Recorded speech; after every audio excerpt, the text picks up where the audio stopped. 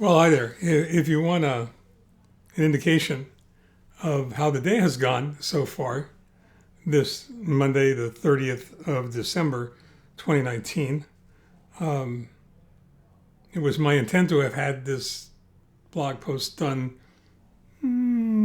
5 hours ago, maybe. So that's the way things have been working out. This is Journal 256, T+272. The reason that we were absent without leave again, or absent with leave again last night, is we had the whole family over, which was a delight. Um, the house was filled with children, and they were playing beautifully, and it was great to have your kids and their kids over. The only thing that would have made it more perfect would have been if everybody could have made it, but illness precluded that fact. In one instance, but it got me to thinking. It got me thinking about a lot of different things, and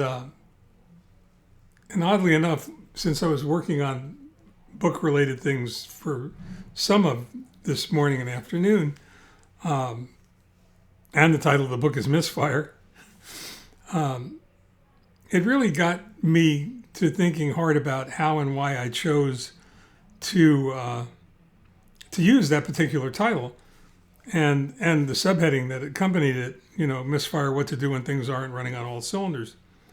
Because I think it's a metaphor for more than just problems that bubble to the surface in business or challenges that you're likely to face in life. It's a metaphor for just about everything that you have to confront unexpectedly and without warning. And certainly this last bout with graft versus host disease, and specifically the blood clot in my leg and the bilateral embolisms, are a really good indication of what that's all about. And there's another element to that we probably haven't discussed as much as we should. We've talked about starting the sentence with I, and how important it is to be accountable and responsible and response-able as well, disciplined and determined and dedicated and all of those things. But we haven't talked about contributing to whatever it is that happens, and in some instances what you can do to avoid that. And let me give you a better idea of what I mean by that. I don't think there's anything that happens in life that happens to you that somehow cannot be traced back to something, regardless of how small, that you contributed to the problem. And that's where this journey is going to begin, I think. I experienced a misfire. I wound up having blood clots in my leg, and they migrated up to my lungs, and it caused me a great deal of problem, and it's going to go ahead and complicate my recovery probably for the next 3 to 6 months. But I was complicit in that. I contributed to it. I could have worked out more. I could have been more active. I could have spent fewer hours at the desk. I could have gotten up every hour and walked around and exercised, which is what I'm doing now, or at least trying to do now. I could have gotten up and done temple exercises, the Qigong exercises, or done the first third of the Long Yang family Tai Chi set. So I'm not without blame in all of that.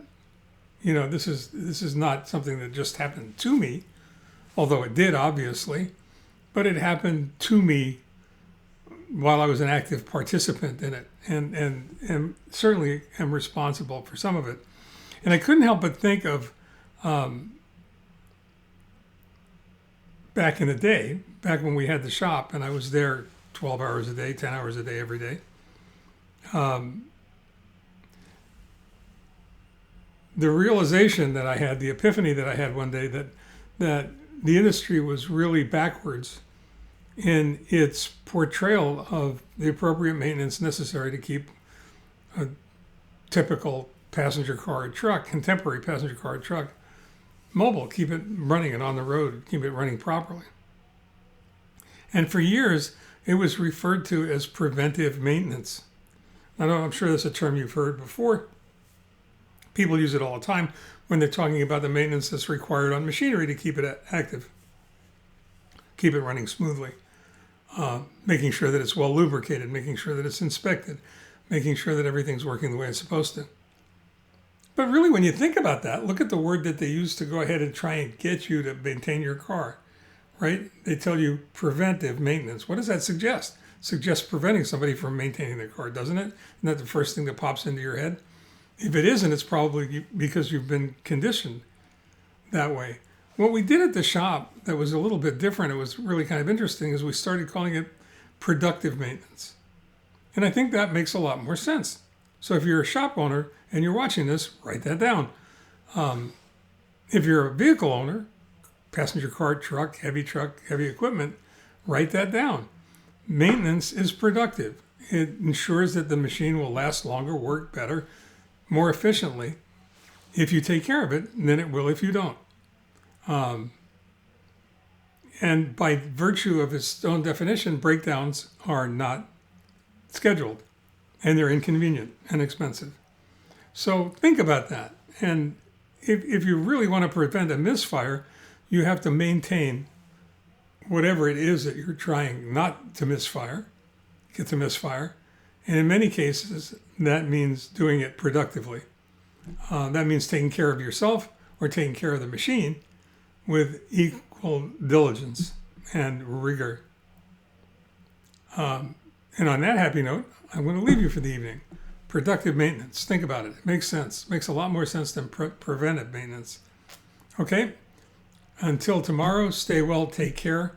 If I don't have a chance to do the blog post early enough, have a sweet, happy, healthy, most important, healthy, prosperous new year. I think we could all use one. Okay?